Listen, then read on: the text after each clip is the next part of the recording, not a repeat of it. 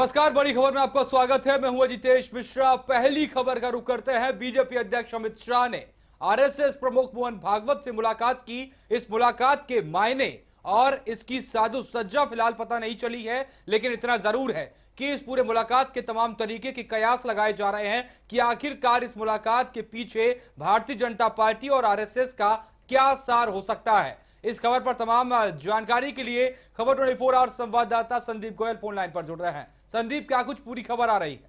जी बिल्कुल अजीत, जिस तरह से एनडीए की सरकार जो को एक साल पूरे हो गया है, 26 तारीख को एक साल पूरा हो जाएगा, तो वहीं जब आरएसएस ने बीच में जो बीजेपी की सरकार थी उसको फटकार लगाई थी कि आप धर्मांतरण को लेकर बहुत सारे मुद्दे, महंगाई को लेकर, किसानों को जो आत्महत्या कर रहे हैं उनको लेकर फटकार लगाई थी। तो अब जब एक साल कंप्लीट हो गया है सरकार को, तो कहीं ना कहीं अमित शाह की जो मुलाकात के जो कयास लगाए जा रहे हैं वो ये है कि उनकी जो मुलाकात थी वो एक जो मोहन भागवत को ये बताने के लिए थी कि हम देखिए सही से चले हैं, हमने ये प्रयास किए हैं लोगों को महंगाई से मार को निकालने के लिए, किसानों को राहत दी है, तमाम वो बातें की उन्होंने कि आप सरकार जो है वो सही चल रही है और एक साल में जो उन्होंने पौधा बोया है और उसका कहीं ना कहीं फूटना और जो उसका लाभ लोगों को मिलना शुरू हो जाएगा। तो ये सब बातें निकलकर सामने आई है। जी संदीप, खबर यहाँ पर यह भी आ रही थी कि आज से कुछ दिन पहले गृह मंत्री राजनाथ सिंह ने मोहन भागवत से मुलाकात की और उनसे अमित शाह की शिकायत की, उनकी कार्य प्रणाली पर सवाल उठाए गए।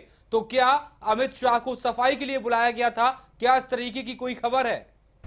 जी बिल्कुल, मैं बता दूं कि आपको पहले कुछ दिनों पहले अमित शाह से पहले राजनाथ सिंह की मुलाकात हुई थी मोहन भागवत से। तो उन्होंने तमाम वो बातें हुई थी वहां पर कि देखिए सरकार कुछ ना कुछ ऐसे प्रयास कर रही है, कहीं कहीं बीजेपी के जो वोट है वो भी कम हुआ।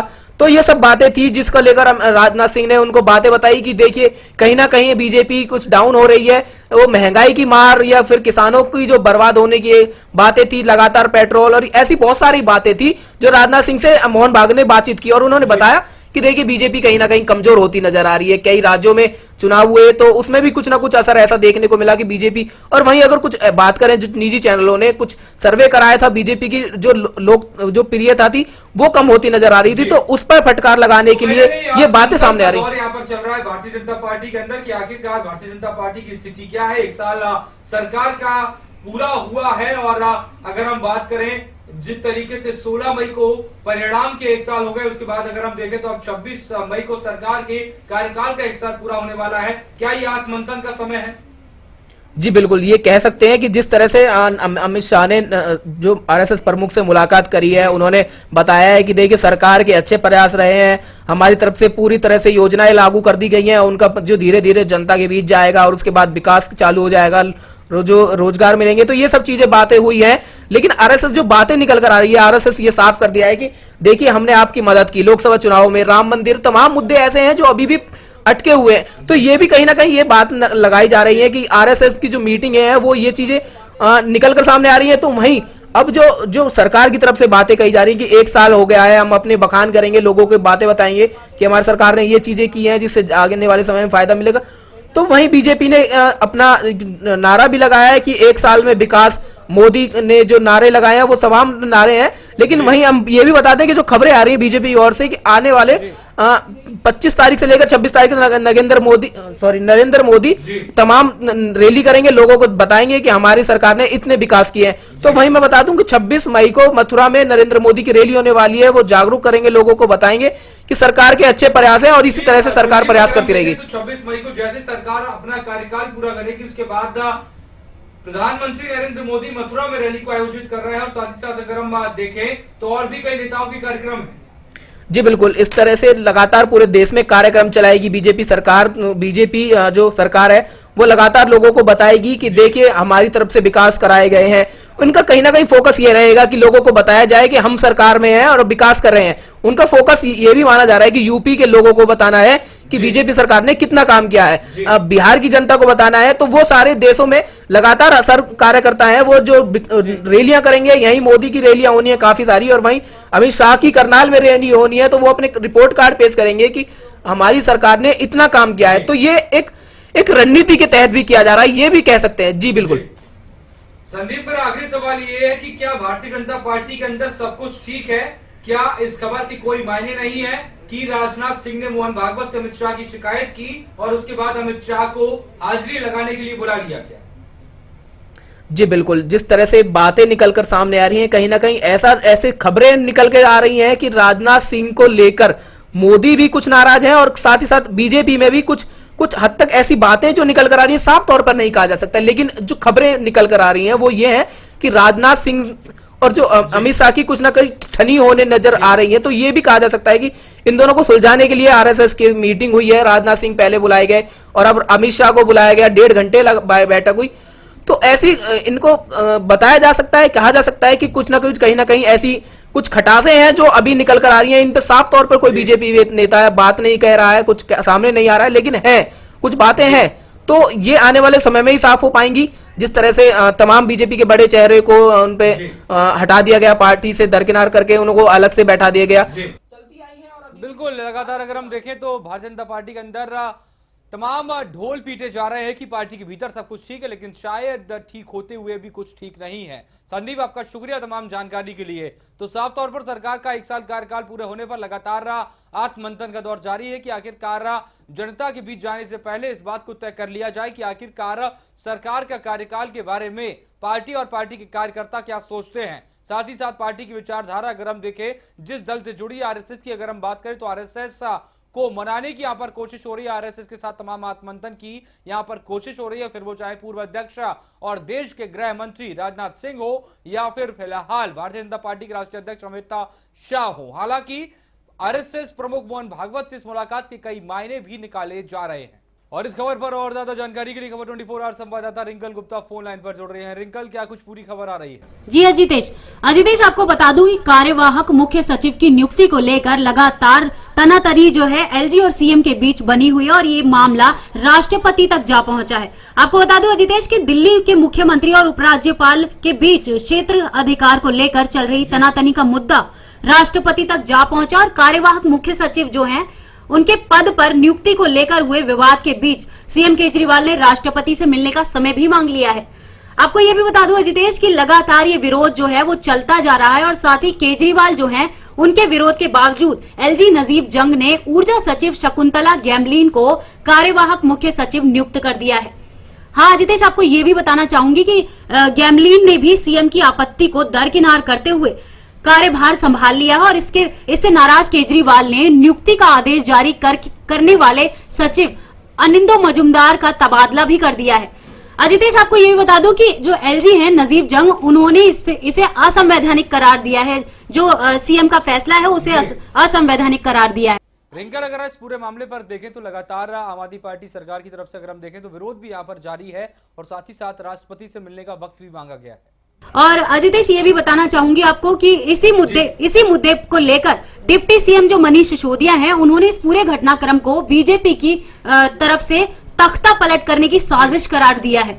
जी अजितेश, बिल्कुल सही कहा आपने कि इस मुद्दे को लेकर सीएम केजरीवाल ने राष्ट्रपति से मिलने का समय तो मांगा ही है और साथ ही ये भी कहा है कि अगर इसी तरह से चलता रहा और अगर इसी तरह से विरोध जारी रहा तो कहीं ना कहीं जो दिल्ली सरकार है वो अपने फैसले खुद नहीं ले पा रही है।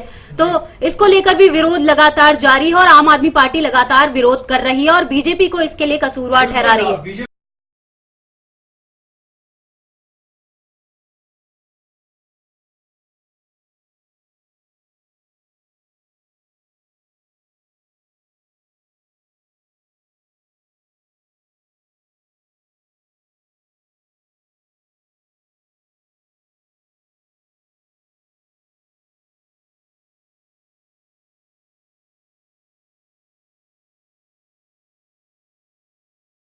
बिल्कुल, बीजेपी को कसूरवार यहां पर ठहराया जा रहा है। शुक्रिया रिंकला तमाम जानकारी के लिए। तो साफ तौर पर दिल्ली सरकार और उपराज्यपाल नजीब जंग के बीच यहां पर विरोध जो है वो लगातार बढ़ता जा रहा है। मामला यहां पर कार्यवाहक मुख्य सचिव शकुंतला गैमलीन का है, जिनकी नियुक्ति को लेकर लगातार आम आदमी पार्टी की तरफ से विरोध के स्वर उठाए जा रहे हैं। साथ ही साथ दिल्ली सरकार यहां पर पूरी तरह से एलजी के विरोध में खड़ी हो गई है और साथ ही साथ अब दिल्ली की जनता से पुराने अंदाज में राय मांगकर इस पूरे मामले पर आगे की कार्रवाई करने की बात की जा रही है।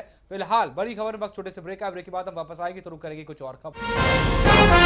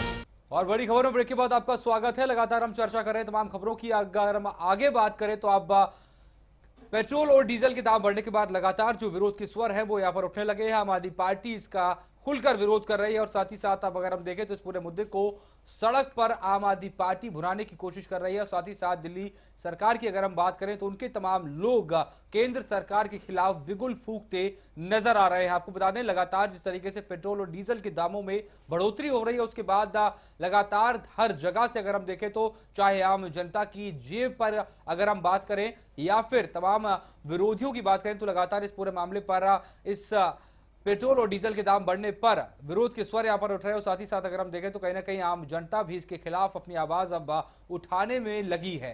अंकुर तमाम जानकारी के साथ हमारे साथ जुड़ रहे हैं। अंकुर, क्या कुछ पूरी खबर आ रही है? अजित, जो जैसे पिछले 15 दिनों में जो दूसरी बार जो पेट्रोल और डीजल के दामों में उनमें बढ़ोतरी हुई है, उसके साथ ही आपको बताऊं तो दिल्ली में अब पेट्रोल जो है 3.13 रुपए बढ़ गया, वहीं डीजल 2.71 रुपए। तो कहीं ना कहीं लोगों में आक्रोश है इस चीज को लेकर कि पिछले 15 दिनों में 2 बार लगातार, और इसी को लेकर जो आम आदमी पार्टी है उन्होंने जंतर मंतर पर धरना प्रदर्शन किया। जो केंद्र सरकार है उसके खिलाफ विरोध जताया अपना कि एक साथ इतना ज्यादा जो जनता है उसके ऊपर जो इतना बर्डन आ गया इस पेट्रोल डीजल, उसको लेकर आम आदमी पार्टी ने जंतर मंतर प्रदर्शन किया है। अंकुर, साथ ही साथ अगर हम बात करें क्रूड ऑयल की बात करें जिसको लेकर लगातार केंद्र सरकार बात करती है, कितना क्या कुछ असर पड़ता नजर आता है पेट्रोल के दामों पर?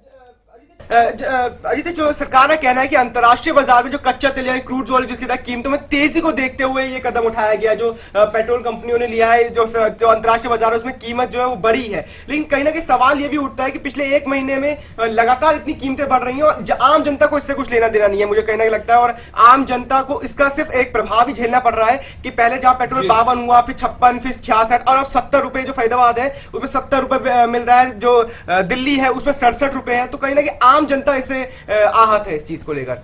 शुक्रिया अंकुर तमाम जानकारी के लिए। तो साफ तौर पर लगातार पेट्रोल और डीजल के दाम जिस तरीके से बढ़ रहे हैं उसके बाद आम आदमी पार्टी अब पूरे फुल मूड में यहां पर नजर आ रही है। केंद्र सरकार के विरोध में यहां पर पूरी दिल्ली की बात करें तो तमाम धरने और रैलियों की बात की जा रही है। साथ ही साथ यहां पर आम जनता तक ये संदेश पहुंचाने की कोशिश की जा रही है कि आखिरकार जिस तरीके से पेट्रोल और डीजल के दाम बढ़ रहे हैं उसके बाद कहीं ना कहीं इसके लिए साफ तौर पर जिम्मेदार केंद्र सरकार को ठहराने की कोशिश यहां पर की जा रही है। फिलहाल बड़ी खबर में इतना ही। मुझे दीजिए इजाजत, नमस्कार।